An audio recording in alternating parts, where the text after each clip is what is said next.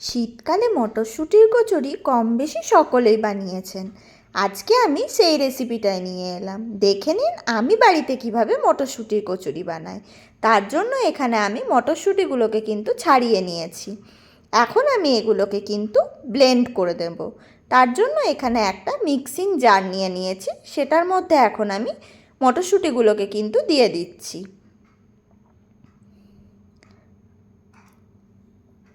কড়াইশুঁটিগুলোর মধ্যে এখন আমি দিয়ে দিচ্ছি আদা, একটা লঙ্কা। এখানে কিন্তু আমি 1 ইঞ্চির মতো আদা একটু ছোট ছোট করে কেটে নিয়েছি।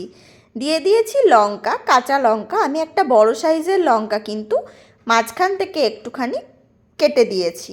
দিয়ে দিচ্ছি স্বাদ অনুযায়ী লবণ, কিছুটা পরিমাণ চিনি। এখানে আমি 1.5 টেবিল চামচের মতো চিনি দিয়ে দিয়েছি। আর আমি এখানে দিয়ে দিচ্ছি 1/2 টেবিল স্পুনের মতন জিরে গুঁড়ো আর 1/2 টেবিল স্পুনের মতন ধনে গুঁড়ো। এগুলো কিন্তু অপশনাল, আপনারা চাইলে না দিতে পারেন। আমি তো প্রথমেই বললাম যে আমি বাড়িতে যেভাবে বানাই আমি সেই রেসিপিটাই এখানে কিন্তু শেয়ার করেছি। এরপর এটাকে খুব ভালো করে আমি ব্লেন্ড করে নিচ্ছি। দেখুন কড়াইশুঁটিগুলো কিন্তু এই পর্যায়ে আমার খুব ভালো করে পিষে নেওয়া হয়ে গেছে। এবারে আমি পুরটা তৈরি করে নেব। তার জন্য এখানে একটা কড়াই বসিয়ে দিয়েছি। কড়াইয়ের মধ্যে এখন আমি দিয়ে দিয়েছি তেল। এখানে কিন্তু আমি রিফাইন্ড অয়েল দিয়েছি, আপনারা চাইলে সর্ষের তেলও দিতে পারেন বা বাটার বা ঘিও দিতে পারেন, কোনো অসুবিধা নেই। এখন এর মধ্যে দিয়ে দিলাম 1/2 টেবিল স্পুনের মতন জিরে। ফোড়নটা খুব ভালো করে কিন্তু এখানে ভেজে নেওয়া হয়ে গেছে। আর আমি দিয়ে দিয়েছি 1/2 টেবিল স্পুনের মতন কিন্তু মৌরি।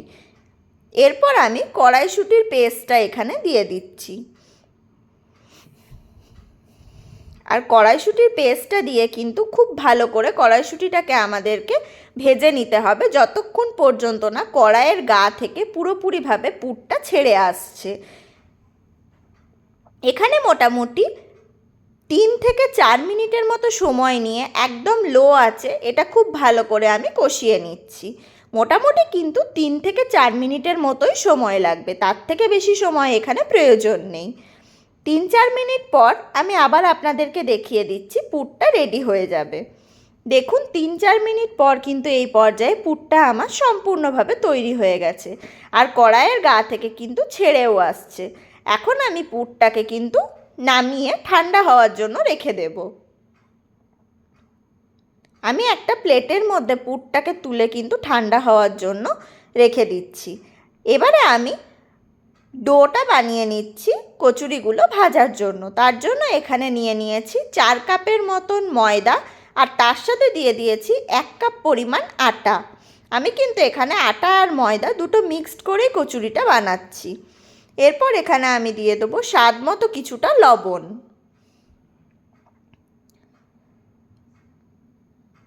আর আমি এখানে কিন্তু দিয়ে দেবো খুব সামান্য পরিমাণ চিনি। এখানে আমি 1 টেবিল স্পুনের মতো কিন্তু চিনি দিয়ে দিয়েছি।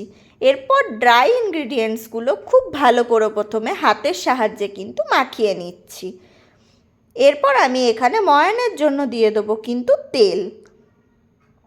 প্রথমে কিন্তু শুকনো উপকরণগুলো একটু হাতের সাহায্যে ভালো করে মাখিয়ে নেওয়ার চেষ্টা করবেন, তাহলে কিন্তু লবণটা এবং চিনিটা পুরো ময়দাটার মধ্যে খুব ভালো করে মিশে যাবে। এরপর কিন্তু তেলটা দিয়ে খুব ভালো করে আমি ময়ানটা দিয়ে নেব। এই পর্যায়ে কিন্তু মোটামুটি 1 মিনিটের মতো হাতে সময় নিয়ে খুব ভালো করে ময়ানটা দিয়ে নিতে হবে, তাহলেই কিন্তু কচুরিগুলো আমাদের খাস্তা হবে, নাহলে কিন্তু কচুরিগুলো একেবারে নরম হয়ে যাবে আর খাওয়ার টেস্টটা পাওয়া যাবে না।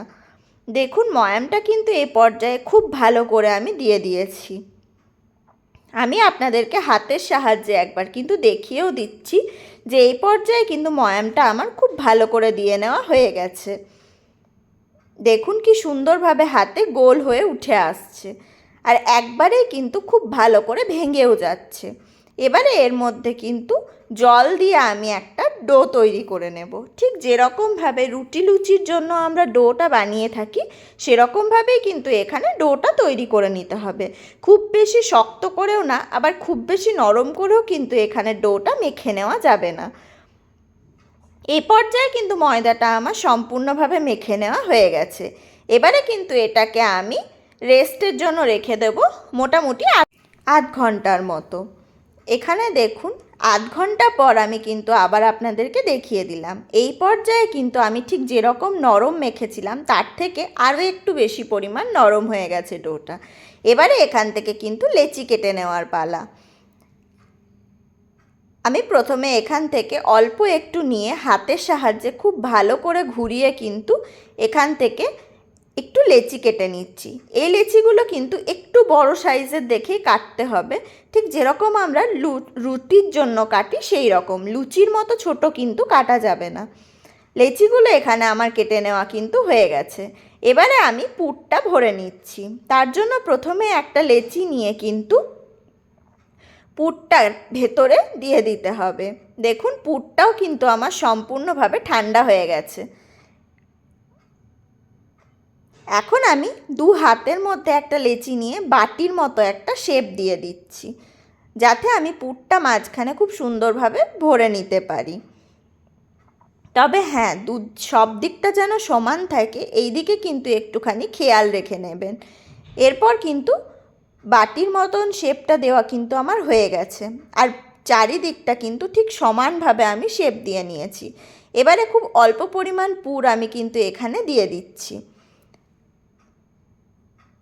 ঠিক মাঝখান বরাবর পুরটা দিয়ে কিন্তু চার সাইড থেকে আমি লেচিটাকে বন্ধ করে দিচ্ছি, আর তারপর আবারও দু হাতের মধ্যে নিয়ে খুব ভালো করে গোল করে নিচ্ছি, যাতে লেচির মধ্যেখান থেকে পুরটা কোনোভাবেই বেরিয়ে না যায়।